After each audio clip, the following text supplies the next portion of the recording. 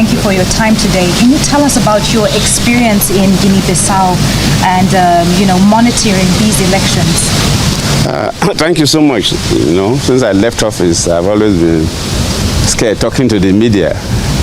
But in this particular case, I decided to speak to the media.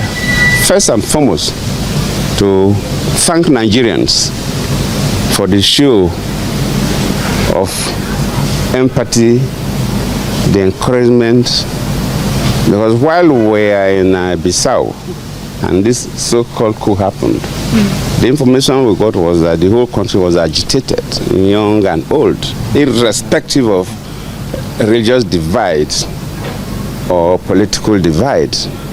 And I sincerely appreciate Nigerians, and I want them to hear directly from my mouth that I appreciate their concern. And secondly, to thank my president, President Tinubu, and the Ivorian president, President Ouattara. Both presidents were to send aircrafts to lift us, but somehow, Côte d'Ivoire is closer to Guinea-Bissau, and there's always some relationship between Francophone countries and the Lusophones, or among the Francophone. They were able to penetrate their system to get landing permit first before Nigeria could do that. So the Ivorian aircraft was already on their way to pick us. So when we learned about the Nigerian aircraft about leaving, we asked them not to bother. And that is why, if you see the pictures, I was brought by an Ivorian aircraft. So we thank the two presidents, President Ouattara and President Tinubu, and indeed thank Nigerians, young and old, for that. And specifically, what happened in Guinea-Bissau, I wouldn't call it a coup. It was not a coup. Maybe some people describe it as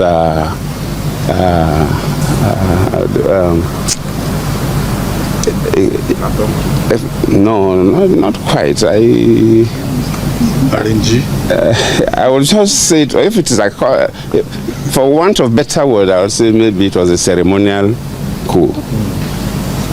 Because for two things, it is the President Ballo, that announced the coup.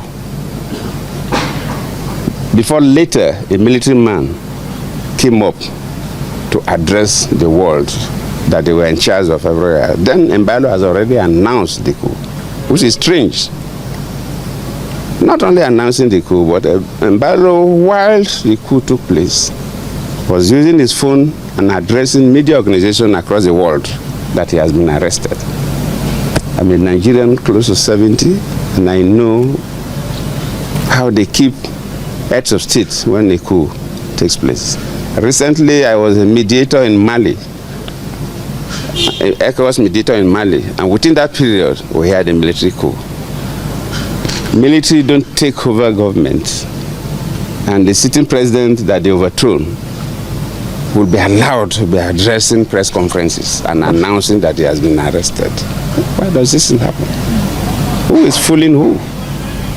Basically, what happened in Guinea-Bissau is quite disturbing to me, who believes in democracy.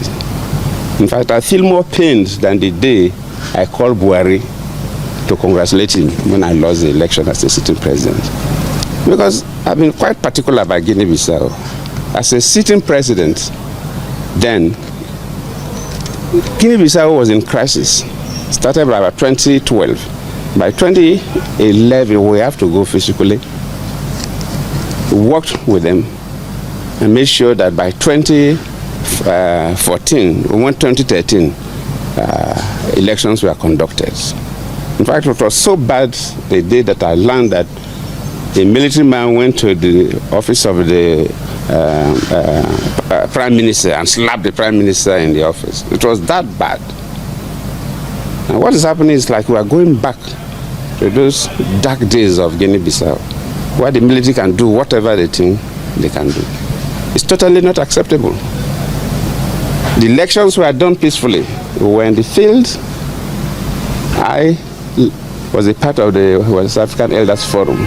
Normally, we are not co-observers, so we didn't deploy observation teams across, but we observed within Bissau, the capital, and the neighboring settlements. But during the meeting of all heads of observation missions, and they gave accounts of, all the observers gave their account, nobody gave something different. The elections were peaceful, counting of results at the polling units peacefully done, the conduct of the electoral officials, the security, the party agents, the voters. So it was a good election, and one expected the result to be announced.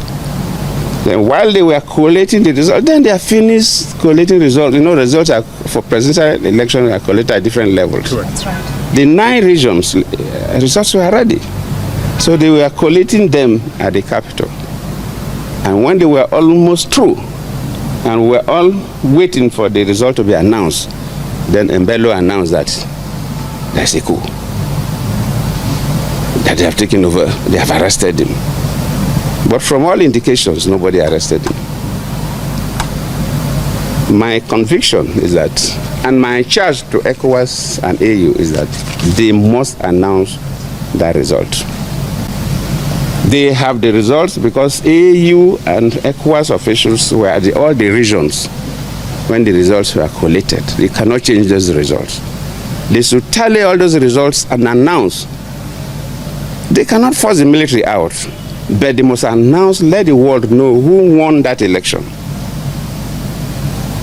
Let the world know who won that election.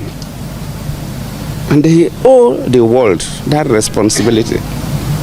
Similar thing happened in Cote d'Ivoire when I was the chair of the Authority of Heads of State and Government of ECOWAS. When in 2010 we had elections in Cote d'Ivoire, Gbagbo was the sitting president. At the first round, Gbagbo got 40-something% of the votes. Ouattara got 30-something% of the votes. And their law, you must get 50% of the votes plus 1, at least.